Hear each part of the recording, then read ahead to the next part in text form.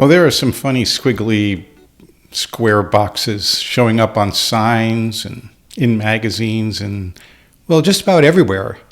They're called QR codes, but what do they do? Are they safe? And how do you use them? Well, today I'm going to discuss how to scan a QR code. Stay tuned.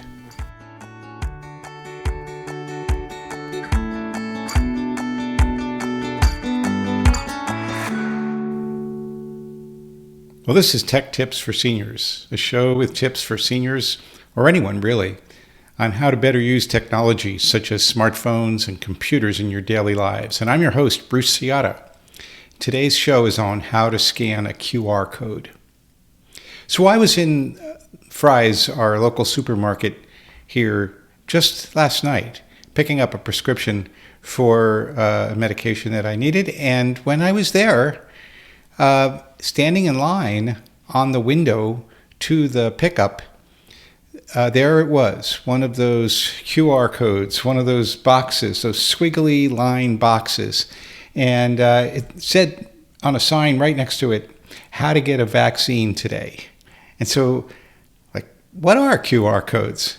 Well, they are little squiggly square boxes that are showing up all over the place. And QR stands for quick response. So what do they do? Well, mostly they're there to take you to a website that you would have had to type in the whole location into your browser line. So you might be typing http://www. And those can be real long if they're trying to get you to a specific place within a website. So that's the main thing that you see everywhere when you see these QRs showing up. But they also can do other things like download an app directly from the App Store. You can be taken to a place where it would authenticate your online account and verify login details. You might get access to Wi-Fi by storing encrypted information in the QR code, like passwords and the encryption type.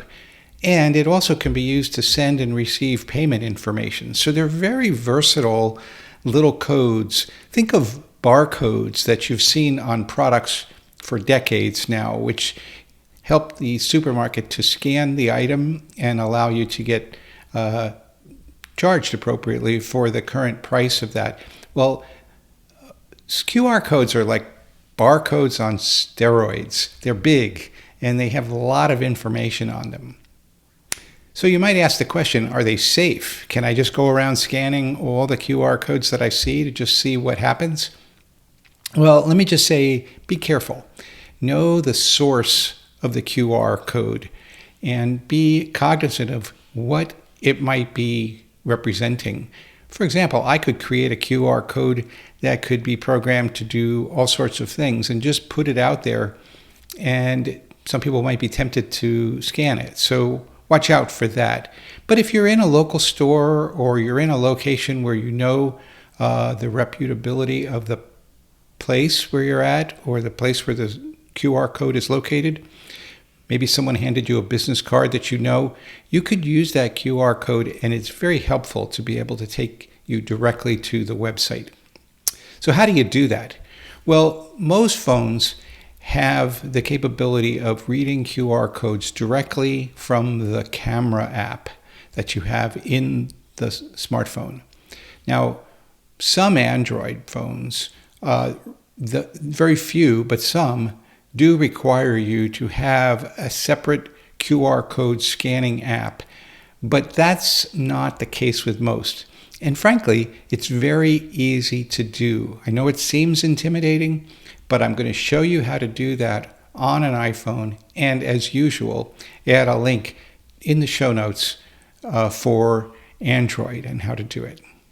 So for this demonstration, what I've done is I've taken a photo of the QR code that I saw at the Fry's last night, and I put it on my screen on my desktop so that I could show you how to use it.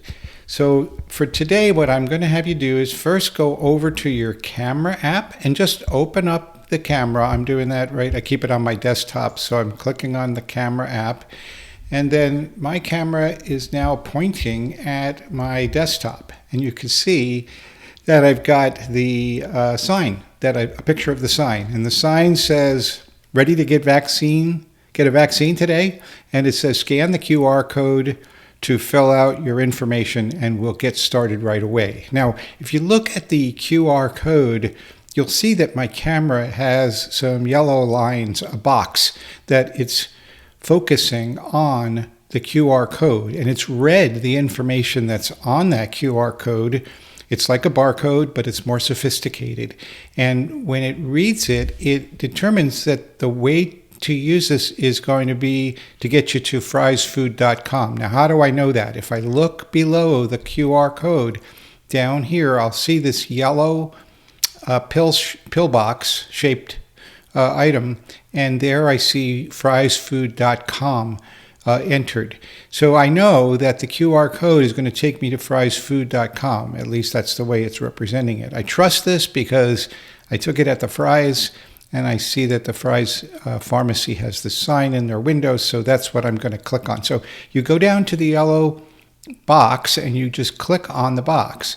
And that box, you can see, is now opening up the Fry's website, and it's taken me directly to the place where I can get my vaccine. And so I complete 3 simple steps to get started, and you can see it's got the start button for me to do that. If I wanted to do a vaccine right now, that would be where I would click on in order to get that started. And that's it. Well, thanks for joining me today on Tech Tips for Seniors. I hope you found today's tech tip helpful. If so, let me know by leaving a note in the comments section for this episode. And it would be awesome if you could also like, subscribe, and pass this on to a friend who can get something out of it. I'd also appreciate if you could leave us a review. And if you've already done that, thank you so very much. Remember, stay tuned for the next episode of Tech Tips for Seniors. Take care.